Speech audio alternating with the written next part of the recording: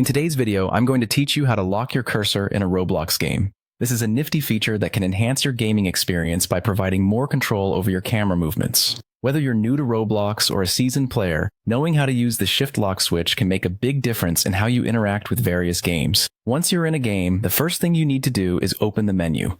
You can do this simply by clicking the Roblox menu icon, which is usually located in the upper left corner of your screen. Alternatively, you can press the S key on your keyboard, which is a shortcut that instantly brings up the game's menu.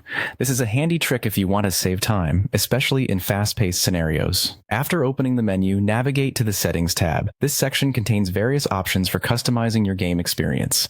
It's here that you can adjust graphics, sounds, and other game-specific settings, but today we are focusing on the Shift Lock switch. Within the Settings menu, you'll want to find the Shift Lock switch option. This feature allows you to toggle the cursor lock on and off. Shift Lock can be particularly useful in third-person games where precise control is needed.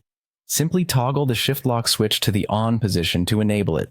This easy switch turns on a feature that can elevate your gameplay by granting you better control over your in-game actions. Once you've turned it on, you can close the settings menu and jump back into the game.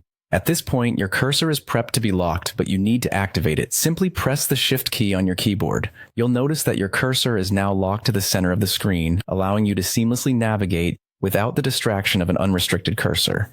Now, as you play, your camera will rotate around your character with camera movements synced to your mouse movements. It's a great way to improve your focus and keep track of action in fast-paced game environments. If at any point you want to return to the normal camera mode, all you need to do is press the Shift key again. The lock will deactivate and you'll go back to the conventional free mode camera. This feature is great to have when you need to switch between different types of controls quickly, depending on the task at hand within the game. And there you have it.